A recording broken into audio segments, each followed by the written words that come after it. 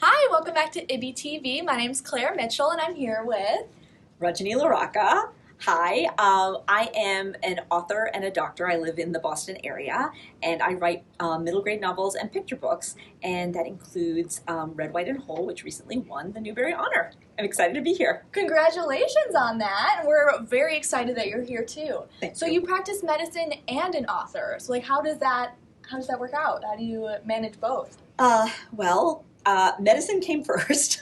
I mean, I was a writer as a kid, and then I put it all on hold because I knew I wanted to go into medicine. And so I pursued medicine. I went to medical school, residency, practiced for many years, and then about a decade ago decided to go back to writing. And so I started taking some classes, and then I met other writers, and then I was like, that's it, I'm hooked. When people are asking you what is happening next, you're like, okay, I have to keep writing. And yeah, I mean, it's been busy because I still practice medicine, but I think that when you love something, you always make time for it. Yeah, wow, that's so inspiring. And I think, the kids that are viewing might be like, wow, I don't have to just pick one because they're different, but you manage them so elegantly. Oh my goodness. It's true. Well, none of us is just one thing. That's what I tell kids all the time.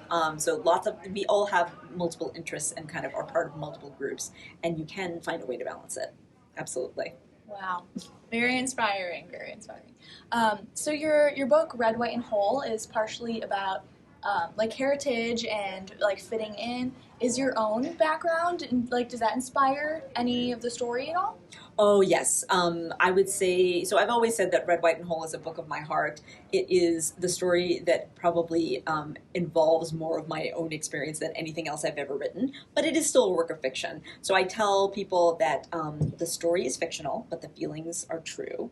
And so it's about a 13-year-old girl who is growing up in 1983, and I was 13 in 1983, and she feels torn between the worlds of her parents and immigrant community and kind of her friends at school. And she wants to be like any other teenager. She wants to just, wear cool clothes and listen to awesome music and go to a middle school dance, but her parents feel like she has better things to do with her time. But then her mom is diagnosed with leukemia, and she feels like her whole world is turned upside down, and she thinks that if she could just be the perfect daughter, the daughter that her parents want her to be, that she can somehow save her mom's life.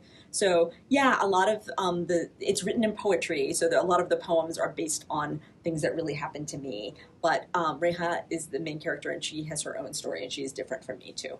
Yeah. Wow, that sounds fascinating. Thank you. I'm definitely picking up a copy.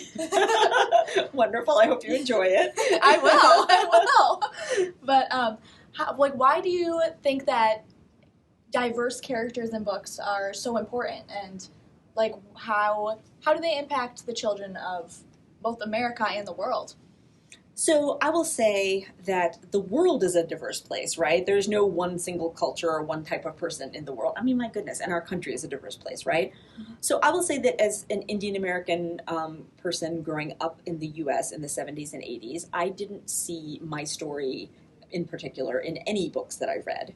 But I was a book lover, and I empathized with all kinds of characters and learned all kinds of things and still loved books. So that's, to say that you don't need to only read books about people like yourself in order to enjoy them and to learn something from them. But the other side of that is that when I was finally an adult and I did read a book that involves characters like me, I felt all of a sudden I realized what I had been missing, and I was like, that is mind-blowing and world-changing. And so I think that everybody deserves to see themselves reflected in the pages of a book. So I'm just very lucky. I feel very fortunate to be able to do that right now. Yeah, that's amazing. Is there anything else that you'd like to mention? No, except I'm so excited to be here with you. This was a really fun interview, and I appreciate you. Thank you. Thank you. I appreciate you, and thanks for taking the time to be here today. My pleasure. All right, thank you so much for joining us, and we'll see you soon.